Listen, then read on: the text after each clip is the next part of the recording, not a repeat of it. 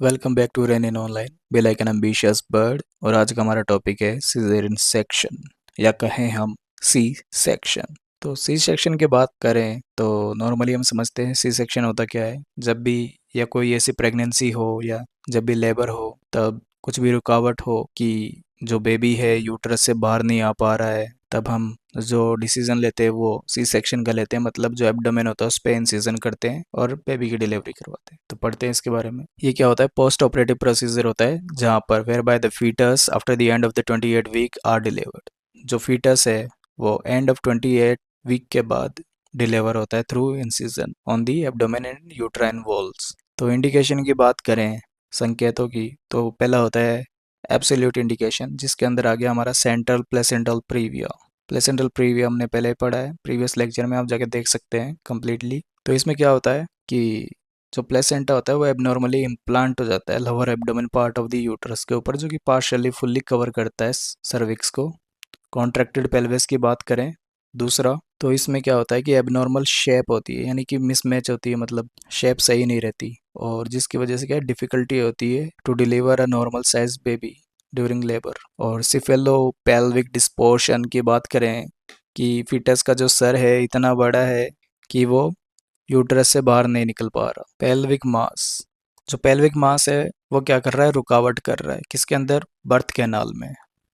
तो एक ये भी इंडिकेशन हो गया। दूसरा एडवांस कार्सिनोमा सर्विक्स, कि सर्विक्स का कैंसर हो गया, या वजाइनल ऑब्स्ट्रक्शन जैसे कि स्टेनोसिस, नेरो होना, एट्रेसिया जैसे कि जो ओरिफाइज है उसका क्लोज या एब्सेंट होना। तो यहाँ पे जो वजाइना के अंदर ऑब्स्ट्रक्शन हो रहे हैं या तो वो स्टेनोसिस है या एट्रेसिया है। रिलेटिव इंडिकेशन की बात करें तो जो वजाइनल डिलीवरी है में be possible, vaginal delivery possible है, बट रिस्क होता है किसको, मदर को, और मे बी आर हाई, और ज़्यादा ही रिस्क होता है। ठीक है, पहला हो गया हमारा सीपीडी सिफिलोपेल्विक डिस्पोर्शन, की जो फीटस का हेड है वो यूट्रस से बाहर नहीं आ पा रहा है, मतलब मिसप्रपोर्शन बोल सकते हैं हम। और जो प्रीवियस सिजेरियन सेक्शन है उसकी वजह से, या नॉन रीअश्योरिंग एफएचआर, जो फीटल हार्ट रेट का जो पैटर्न है वो इंडिकेट करता है कि फीटस को हाइपोक्सिया है या एसिडोसिस है, यानी कि एक तरह से फीटल डिस्ट्रेस की बात कर रहा है।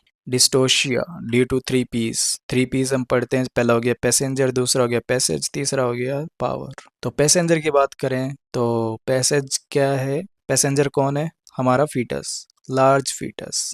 दूसरा स्मॉल पेल्विस, जिस पैसेज की हम बात कर रहे हैं। और पावर, पावर कौन, यूट्रस, जो कि क्या नहीं कर पा रही है, कॉन्ट्रक्शन, यानी इनसुफिशिएंट यूट्राइन कॉन्ट्रक्शन हो रहे हैं। तो डिस्टोशिया होता है इस वजह से, या तो कि जो लार्ज फीटस है वो यूट्रस से बाहर नहीं आ पा रहा तो मदर को डैमेज, फिर स्मॉल पैसेज है तो उसकी वजह से तो उसको डैमेज, और दूसरा है इनसफिशिएंट यूट्राइन कॉन्ट्रक्शन की कॉन्ट्रक्शन पैदा नहीं हो पा रहे। एपीएच की बात करें एंटीपार्टम हेमरेज, जिसके अंदर प्लेसेंटल प्रीविया, एब्रेविटिव प्लेसेंटा है। माल प्रेजेंटेशन की बात करें जैसे कि ब्रीच हो गई, शोल्डर हो गया ट्रांसवर्स लाइज में।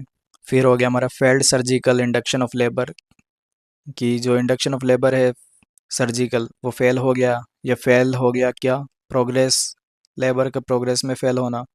हाइपरटेंसिव डिसऑर्डर्स की बात करें जैसे कि प्री एक्लाम्सिया और एक्लाम्सिया। प्री एक्लाम्सिया में क्या होता है कि जो हाई ब्लड प्रेशर होता है और साइन होते हैं लीवर या किडनी के डैमेज का, जो कि अकर होता है वुमन के अंदर, कब, आफ्टर 20 वीक ऑफ प्रेगनेंसी या गेस्टेशन। तो प्री एक्लाम्सिया क्या होता है, इसके अंदर शुरू होता है सीजर होता है और कोमा भी होता है प्रेग्नेंट वुमन के अंदर with the conditions of preeclampsia उसी के साथ। तो जैसे कि सीजर्स है ना, इसके अंदर रिलेटेड नहीं है एग्जिस्टिंग ब्रेन कंडीशन के अकॉर्डिंग। और फिर आता है हमारा डायबिटिक मेलाइटस, जो कि अनकंट्रोल्ड या कॉन्ट्रक्शन करवाता है एरोटा का। Obstruction due to pelvic tumour, की पेल्विक एरिया के अंदर ट्यूमर्स हो गए जिसकी वजह से रुकावट हो गई। तो जैसे हम बात करते हैं इसमें टाइम ऑफ ऑपरेशन की, टाइम ऑफ ऑपरेशन की बात करते हैं तो पहला है इलेक्टिव, जिसमें क्या है चॉइस रहेगी हमारी, और इसे कहें बिफोर लेबर, जो कि होता है around 39th week of pregnancy. When the operation is done, जब ऑपरेशन हो जाए,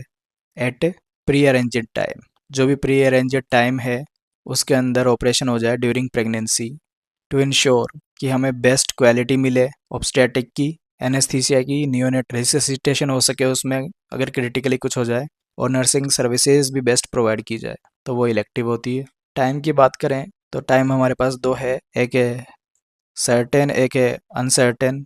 कि जब मैच्योरिटी सर्टेन हो, निश्चित हो, मैच्योरिटी अनसर्टेन हो, अनिश्चित हो, तो पहले में क्या होता है कि जो ऑपरेशन होता है ना वो डन किया जाता है अबाउट 1 वीक पीरियड के अंदर, to be expected date of conferment.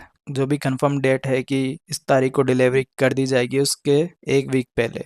Maturity is uncertain, जब हमें पता चले कि फीटस का जो मैच्योर है वो अनसर्टेन है, तो हम अल्ट्रासाउंड का असेसमेंट करेंगे फर्स्ट और सेकंड ट्राइमेस्टर में, फिर एमनियोसेंटोसिस करेंगे कि टू इंश्योर फीटस की जो मैच्योरिटी है वो हुई है या नहीं हुई है। एमनियोसेंटोसिस क्या होता है कि एक प्रोसीजर होता है जिसके अंदर जो फ्लूइड होता है, एमनियोटिक फ्लूइड होता है, उसको निकाला जाता है फॉर जेनेटिक काउंसलिंग और पर्पस से। तो अदरवाइज कोई स्पॉन्टेनियस ऑनसेट हो जाए लेबर का, is awaited then caesarean section is done, कि अचानक से लेबर शुरू हो जाए जिसका इंतजार था, तब हम सिजेरियन सेक्शन डन कर देंगे।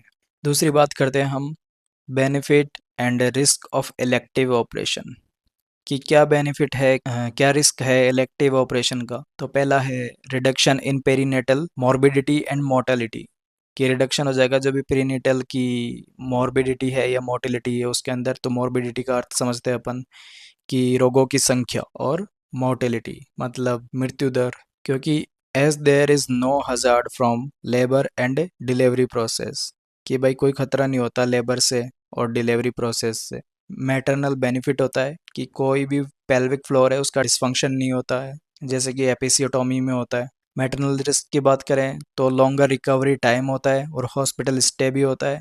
रिस्क ऑफ प्लेसेंटल प्रीविया और hysterectomy are more in subsequent delivery. तो कहने का मतलब ये है कि रिस्क होता है प्लेसेंटल प्रीविया और हिस्टेक्टोमी का ज़्यादा होता है बाद की डिलीवरी के अंदर। दूसरा है हमारा इमरजेंसी, कि भाई आपातकालीन स्थिति है उसके अंदर करवाना है सिजेरियन सेक्शन। तो उसकी भी क्या है कि एक कैटेगरीज बनाई गई है। ये क्या है कि when the operation is done, जब भी ऑपरेशन किया जाएगा due to an acute obstetric emergency हो गई, जैसे कि भाई फीटल डिस्ट्रेस, की फीटस को खतरा है कि हाइपोक्सिया की कंडीशन आ जाएगी, a time interval of 30 minutes, जो भी टाइम इंटरवल है 30 मिनट्स का होगा बिटवीन द डिसीजन, और जो डिलीवरी होगी इज टेकन एज रीजनेबल, मतलब जो डिलीवरी का उचित माना जाता है टाइम।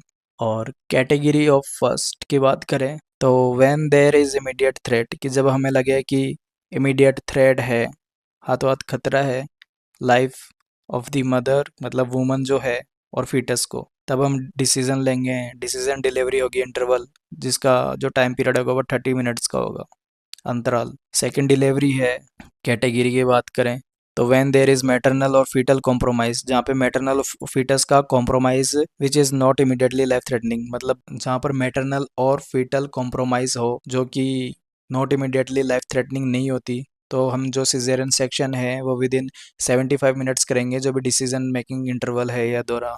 और कैटेगरी थर्ड की बात करें तो देयर इज़ नो मैटरनल और foetal compromise but needs early delivery, कि जहाँ पर ना तो मैटरनल और फीटल का कॉम्प्रोमाइज़ हो बट नीड्स अर्ली डिलीवरी। और फोर्थ जो है वो है delivery is plan to suit the woman family and the hospital staff, की जब भी क्लाइंट को जो सूट लगे टाइम उसके फैमिली मेम्बर्स को, तभी ये डिलीवरी की जाती है।